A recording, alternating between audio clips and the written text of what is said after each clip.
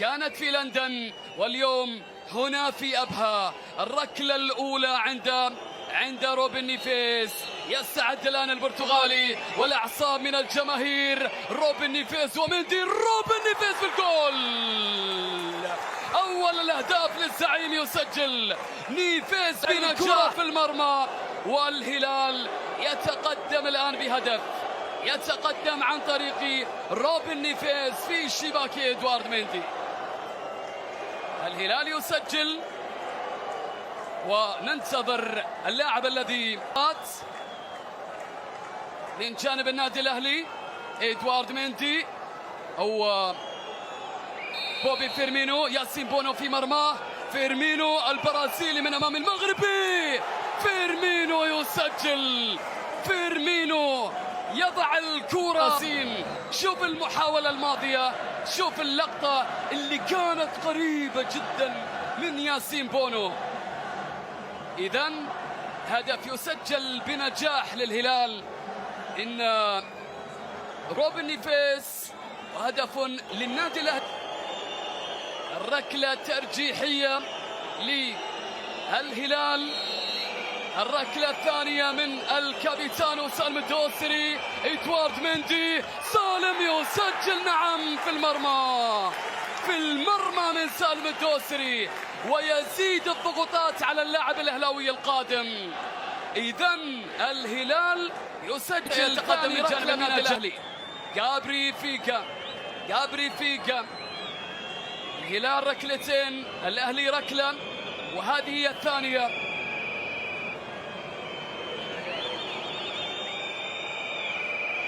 جابري فيجا الإسباني على هبة الاستعداد، والجماهير النادي الأهلي. فيجا. بونو الكبير كبير ياسين بونو يتصدى كعادات الأسد. نعم الأطلس. بونو نعم يتصدى، وبالتالي الأهلي يضيع الكرة من جابري فيجا بوجود ياسين. المهمة صعبة على النادي الأهلي، صعبة عندما يكون ياسين حاضر، عندما يكون ياسين مركز. لو سجلها مترو ستصعب على الأهلي. متروفيتش. جول.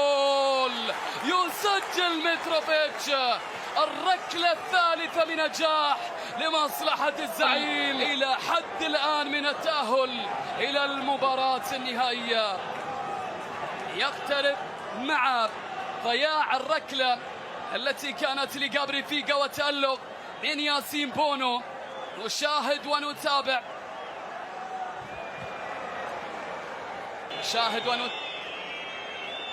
البرازيلي في وجه الأسد المغربي ياسين بونو. البرازيلي إيبانيز. بونو. إيبانيز. بونو.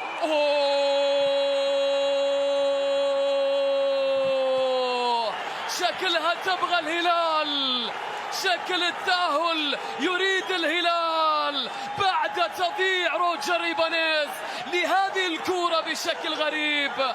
الهلال يقترب وصوله إلى الفينال. شوف المحاولة الماضية، شوف اللقطة الماضية. ضيعها الأهلي، والهلال الآن قريب. الهلال الآن قريب إذا سجل. سيرجي ميلينكوفيتش سافيتش وإدوارد مندي. سافيتش. الله! الزعيم جارح، ومن جبال أبها يصل الهلال إلى المباراة النهائية لكأس الدرعية للسوبر السعودي. سيرجي ميلينكوفيتش سافيتش. مبروك للهلال، هارد لك للنادي الأهلي في كلاسيكو كبير. الهلال الزعيم كما هي العادة دائما، كما هي عادات الزعيم دائما في الوصول إلى منصات التتويج. إذن الهلال أول الواصلين إلى نهائي كأس الدرعية. اللقطة الجميلة لسيرجي سافيتش بعد أن كان الوقت الأصلي